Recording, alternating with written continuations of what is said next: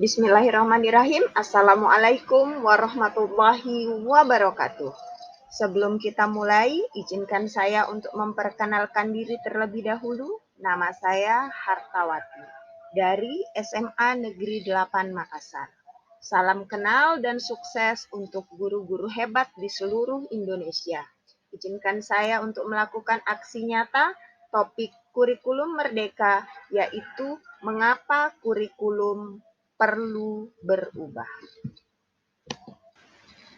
Dan aksi nyata topik kurikulum merdeka ini saya memilih untuk menyebarkan pemahaman tentang kurikulum merdeka dan mengapa kurikulum merdeka perlu berubah.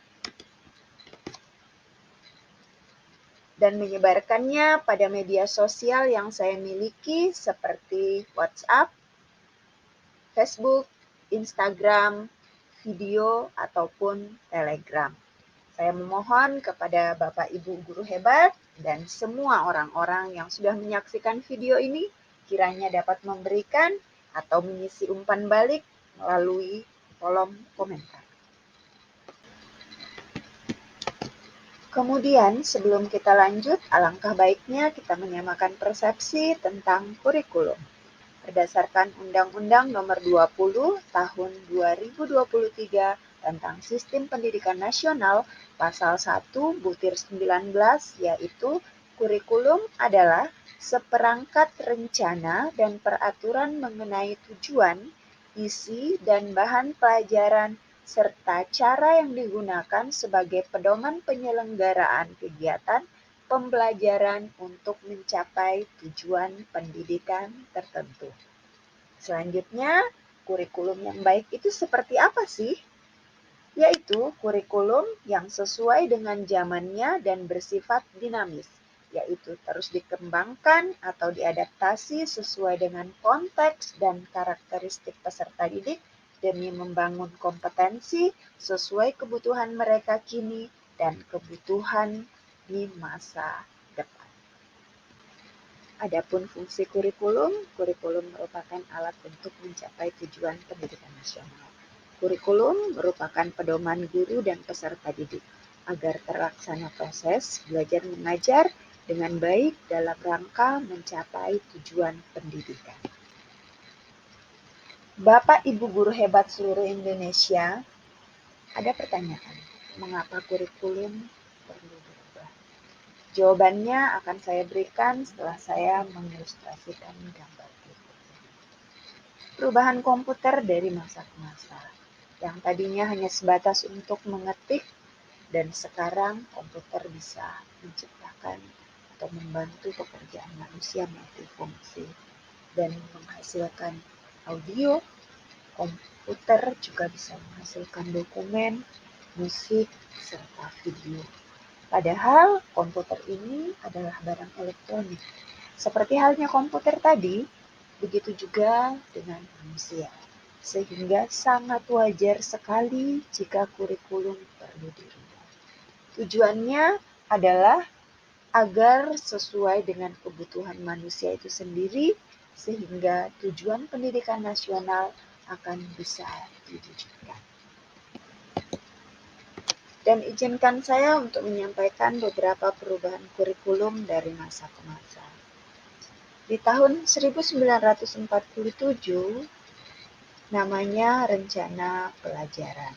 Kemudian disempurnakan lagi menjadi Rencana Pembelajaran Terurai pada tahun 1952. Lalu Rencana Pendidikan 1964. Kemudian Rencana Pendidikan 1968. Kemudian pada tahun 1975 istilahnya berubah menjadi kurikulum dan disempurnakan lagi menjadi kurikulum 1984. Dan pada tahun 1994 ada kurikulum, kemudian ada tambahan suplemen kurikulum 1999. Kemudian pada tahun 2004 ada namanya kurikulum KBK atau kurikulum berbasis kompetensi. Dan pada tahun 2006 yaitu kurikulum KPSP. Ada kurikulum 2013 dan pada tahun 2022 kurikulum Merdeka, pemerintah pusat mengeluarkan kurikulum Merdeka. Maka ada beberapa alasan yang harus Bapak dan Ibu guru hebat ketahui. Kenapa kurikulum perlu berubah? Yang pertama, relevansi perkembangan zaman. Seperti dijelaskan tadi, contoh sebelumnya adalah komputer. Hanya sebatas menghasilkan dokumen karena komputer hanya bisa menginput huruf-huruf. Tetapi sekarang harus bisa menghasilkan lebih dari audio, video, bahkan lebih kompleks lagi.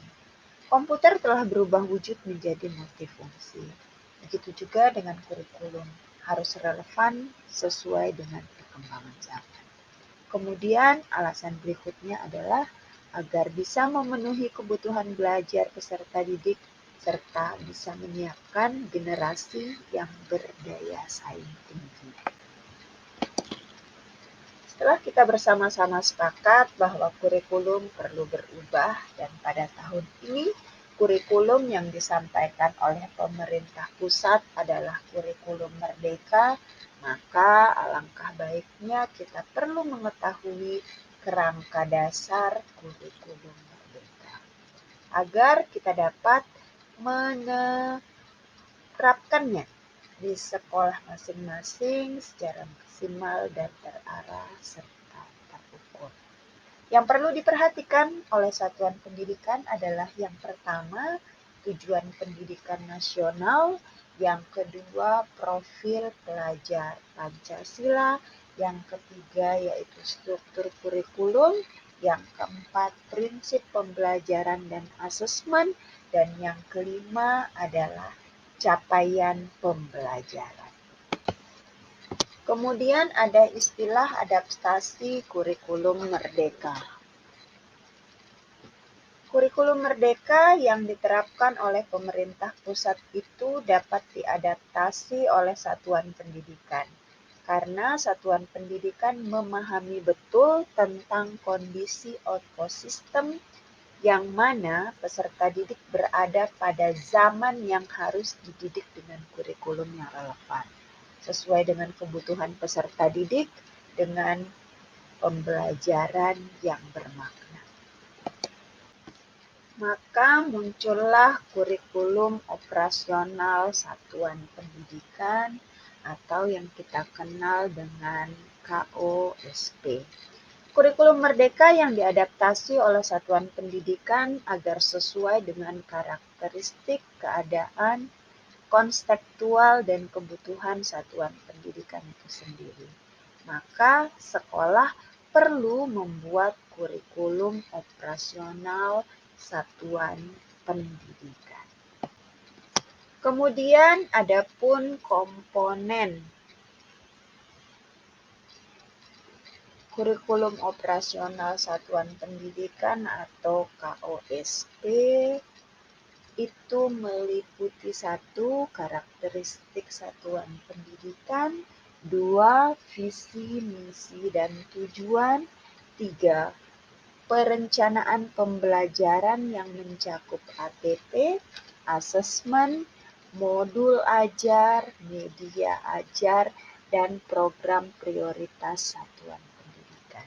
Yang keempat, pengorganisasian pembelajaran yang mencakup muatan kurikulum, beban belajar, program intrakurikuler, ekstrakurikuler, dan proyek penguatan profil pelajar Pancasila. Serta yang kelima yaitu sistem pendampingan, evaluasi, dan pengembangan profesional. Sehingga ada 5 prinsip pengembangan KOSP.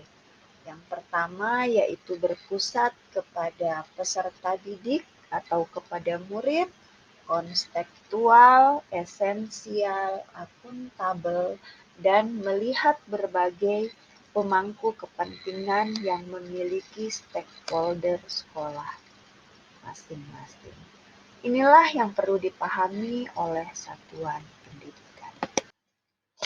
Dokumen Kurikulum Operasional Satuan Pendidikan atau KOSP merupakan dokumen yang dinamis, mengikuti perubahan dan kebutuhan karakteristik satuan pendidikan. Demikianlah aksi nyata menyebarkan pemahaman kurikulum dan mengapa kurikulum perlu berubah di topik kurikulum merdeka.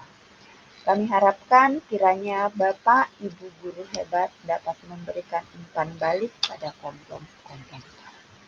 Kami mengucapkan mohon maaf yang sebesar-besarnya apabila ada kekurangan dan kekeliruan kami pada konten ini, dan terima kasih atas segala perhatian dan bantuan Bapak, Ibu, guru hebat semua, serta masukan. Semoga sehat selalu. Amin, amin, ya Rabbal